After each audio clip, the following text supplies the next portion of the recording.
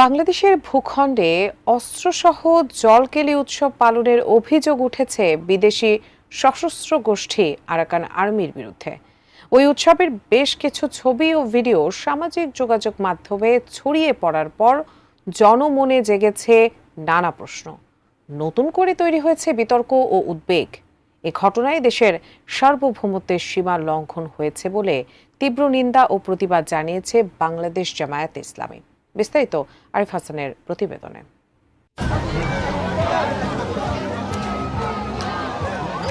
সামাজিক মাধ্যমে ছড়িয়ে পড়া বেশ কিছু ভিডিও ও ছবিতে দেখা যায় জলকেলি উৎসবে মেতে উঠেছে পাহাড়িরা। উৎসবমুখর পরিবেশে চলছে নাচ ও গান। ওই উৎসবের মঞ্চের ব্যানারে লেখা আরাকা ওয়াটার ফেস্টিভ্যাল।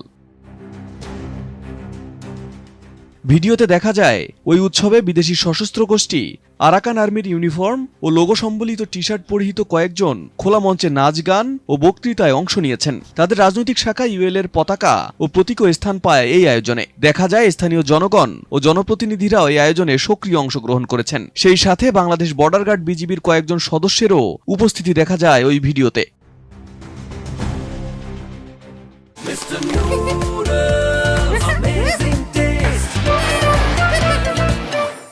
গণমাধ্যম সূত্রে জানা যায়, গত 16 ও 17 এপ্রিল বাংলাদেশের বান্দরবনের থানচি উপজেলার তিন্দু ইউনিয়নের রেমাক্রিমুখ এলাকায় ওই জলকেলি উৎসব অনুষ্ঠিত হয়। দাবি করা হয় আরাকান আর্মির সদস্যরা ওই উৎসবে অংশগ্রহণ করেছিলেন। এদিকে জাতীয় একটি গণমাধ্যমে প্রকাশিত প্রতিবেদনে বিজিবির পক্ষ থেকে দাবি করা হয়েছে, ওই অনুষ্ঠানে বিজিবি জাতীয় নিরাপত্তা ও শান্তি বজায় রাখার জন্যই সেখানে ছিলেন। সেখানে আরাকান সদস্যদের উপস্থিতি ছিল না বলে দাবি করেছেন তারা।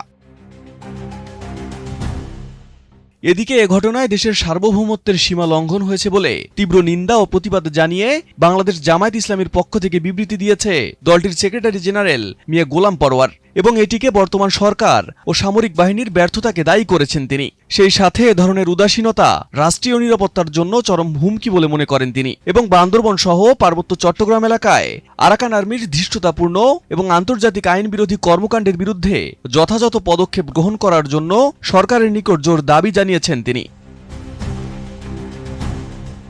Arif Hasan, ATN news, Dhaka.